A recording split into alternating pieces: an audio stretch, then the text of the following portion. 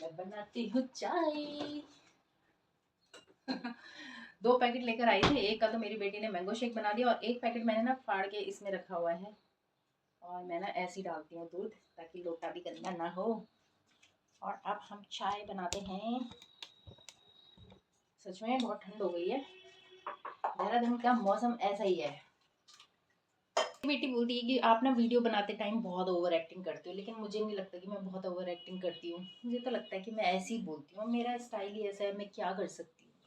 अरे कि मैं क्या वीडियो बनाऊँ। मैंने खा लिया, मैंने चाय पी ली, मैंने ये कर दिया, मैंने वो कर दिया। मैं चाय पी रही हूँ क्योंकि आज देहरादून में ना मौसम बहुत एकदम मस्त मस्त ठंडा ठंडा हो गया, और चाय पीने का मज़ा जो है वो ठंड में ही आता है। और मुझे ना बहुत ही अच्छा लग रहा है क्योंकि ठंड हो गई है। मेरे को ना गर्मी अजीब सी बर्दाश्त नहीं होती। ठंड में कितनी भी बर्दाश्त कर लूँगी। ठंड तो ऐसा है ना, अपने हाथ में है, कपड़े पहन लो, रजाई ओढ़ लो, ऐसा कर लो वैसा कर लो, काम कर लो, तो फिर एनर्जी रहती है, तो गर्मी मतलब ठंड नहीं लगती। लेकिन गर्मियों में जो है हम कुछ नहीं कर सकते। गर्मियों में हाय हाय करने के अलावा हमारे पास कुछ नहीं है चारा। यहाँ पे बाहर का नज़ारा बहुत ही खूबसूरत लग रहा था, तो मैं चाय का कप लेकर ना बाहर की तरफ चली जाती हूँ, और इधर-उधर टहलते हुए चाय पीने का ना मज़ा ही कुछ और आता है दोस्तों। तो दूर से देख के ना लगता है कि जो अकेले रहता है उसके लिए हर चीज़ आसान है, लेकिन उसके लिए हर चीज़ आसान नहीं होती, उसके लिए हर चीज़ टफ़ होती है। दूर से देखने में सबको लगता है कि अकेले हैं, काम भी क्या होगा, ये होगा, वो होगा, लेकिन मेंटली और फिज़िकली सब कुछ अपने में आप मैनेज करना भी एक बहुत बड़ा टास्क होता है। और ख़ैर अब तो आदत पड़ गई है सब कुछ अपने आप करने की, और जब इंसान को अकेले रहने की आदत पड़ जाती है ना, तो वो मतलब किसी और के साथ एडजस्टमेंट करना उसके लिए बहुत टफ हो जाता है। मैं तो अपनी ज़िंदगी के इस मैदान में खुद ही अपनी राजा हूँ और खुद ही सेनापति हूँ। तो आ जाते हैं किचन में, और किचन में मैं कर रही हूँ कढ़ी बनाने की तैयारी, और आज मैं बना रही हूँ प्याज वाली कढ़ी। दही मैंने घर में जमाई थी, और घर की दही की कढ़ी बहुत ही ज़्यादा टेस्टी बनती है। और यहाँ पे ना मैंने आटे भी गूँध दिया था, क्योंकि जो दाल मैंने काफ़ी ज़्यादा बना दी थी कल, तो उस वो बच गई थी, और उससे मैंने ना आटा गूँध लिया। दोस्तों मैं ना कभी भी खाना वेस्ट नहीं करती, क्योंकि इस खाने के लिए तो इतनी बड़ी जंग लड़ी जाती है, पूरा इतना स्ट्रेसफुल लाइफ हमें काटनी पड़ती है, इतना थकान, इतना बेचैनी, इतनी परेशानियों के साथ हमें जूझना पड़ता है, और वो भी सिर्फ़ इस पेट के लिए। तो जब जब भी मतलब कुछ बचता है, तो मैं ना उसे किसी न किसी तरीके से मैनेज कर ही लेती हूँ। और यहाँ पे मैं कढ़ी बना रही हूँ, और मेथी का तड़का लगाऊँगी, और हींग का। और मेथी मैं दोस्तों बहुत ज़्यादा काला जला देती हूँ, तब जाके उसमें मेथी का फ्लेवर आता है। तो बना लेते हैं कढ़ी, और कढ़ी बनाने के बाद मैं बनाऊँगी गरमा-गरम पराठे, और पराठे को खाऊँगी बटर के साथ, क्योंकि मुझे ना बहुत टाइम से मैंने बटर और पराठा को खाया नहीं है, तो मेरा मन करा कि आज मैं बटर और पराठा खाऊँ।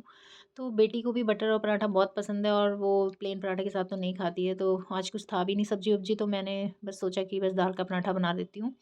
और बटर के साथ ना रियली बहुत टेस्टी होता है। कोई भी दाल बचती है ना, तो मैं उसको आटे में गूँध लेती हूँ।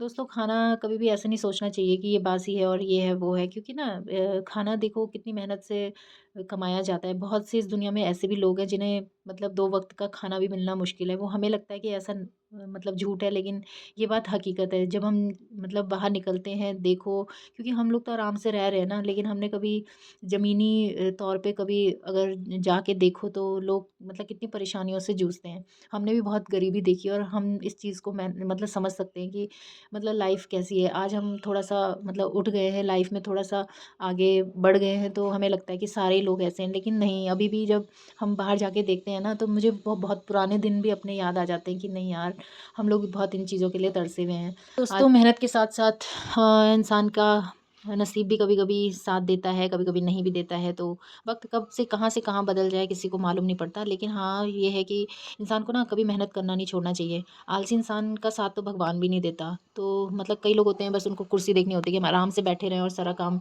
बैठे-बैठे हो जाए, तो ऐसा तो बिल्कुल भी पॉसिबल नहीं है। मेहनत तो करनी पड़ती है, क्योंकि मुझे तो ऐसा लगता है कि वो इंसान ही क्या है जो अपने बीवी-बच्चों को मतलब अच्छे से ना रख पाए, अच्छे से मतलब उनका केयर ना कर पाए, तो ऐसा जीवन तो किसी काम का नहीं है। दोस्तों मैं तो सिंगल मदर हूँ, इसलिए मेरे मुझे तो मजबूरी है कि मुझे बाहर जाके काम करना पड़ता है। लेकिन मैंने तो बहुत सी लेडी उनको भी देखा है जिनके हस्बैंड हैं, लेकिन वो ना कुछ भी नहीं करते। तो मतलब वो भी मतलब छोटी-मोटी जो नौकरी होती है ना, उसमें तो मतलब अगर ह हस्बैंड भी है और तब भी आप कर रहे हो, तो वो कितनी बड़ी मजबूरी होती है। क्योंकि अगर बहुत ज़्यादा अगर तुम्हारी जॉब है, बहुत अच्छी जॉब है, अच्छी पोस्ट पे है, तो तब तो चलो भई मतलब हर लेडी करती है। कोई-कोई तो अपने शौक के लिए करते हैं, लेकिन जिसकी बहुत बड़ी मजबूरी है ना, तो मतलब मुझे तो ऐसा लगता है कि ऐसा भी क्या लाइफ़ क्या है वो इंसान जो मतलब अपने बीवी-बच्चों की भी केयर ना कर सके। तो मुझे तो कभी-कभी अजीब-सा ही लगता है कि मतलब ऐसा भी हो सकता है। ऐसे आदमी तो मुझे आदमियों के नाम पे धब्बा ही नज़र आते हैं कि जो अपने बीवी-बच्चों की केयर ना कर सके।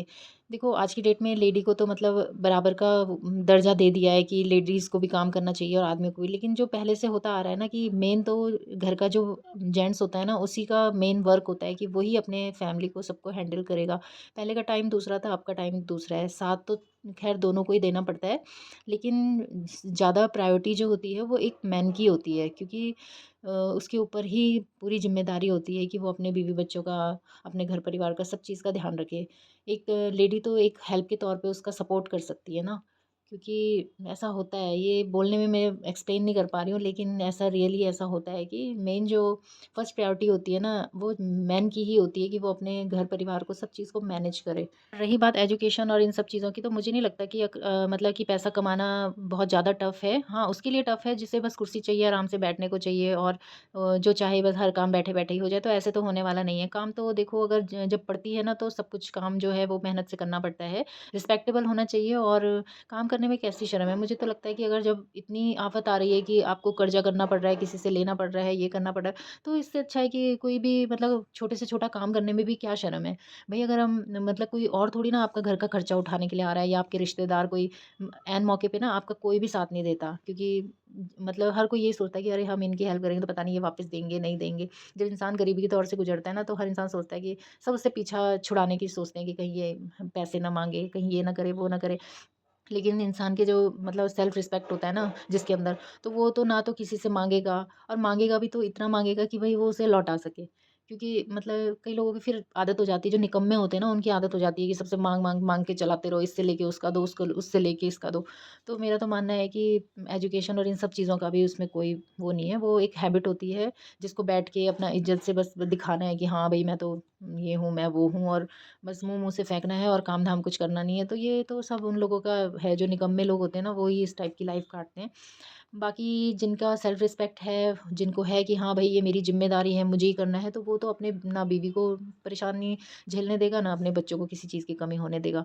तो बस ऐसे ही चलती है लाइफ़। यहाँ पे तो वही बातें करते-करते यहाँ पे 8 बज चुके हैं, और 8 बजने पर मैं अपनी बेटी को उठा देती हूँ, और मुझे ना उसको उठाना बड़ा ही मज़ा आता है। उसको बहुत ज़्यादा हिलाती हूँ मैं, और वो ना कभी-कभी बोलती है, "मम्मी मुझे बस ना इतनी ज़ोर से मत उठाया करो, आराम से प्यार से उठाया करो।"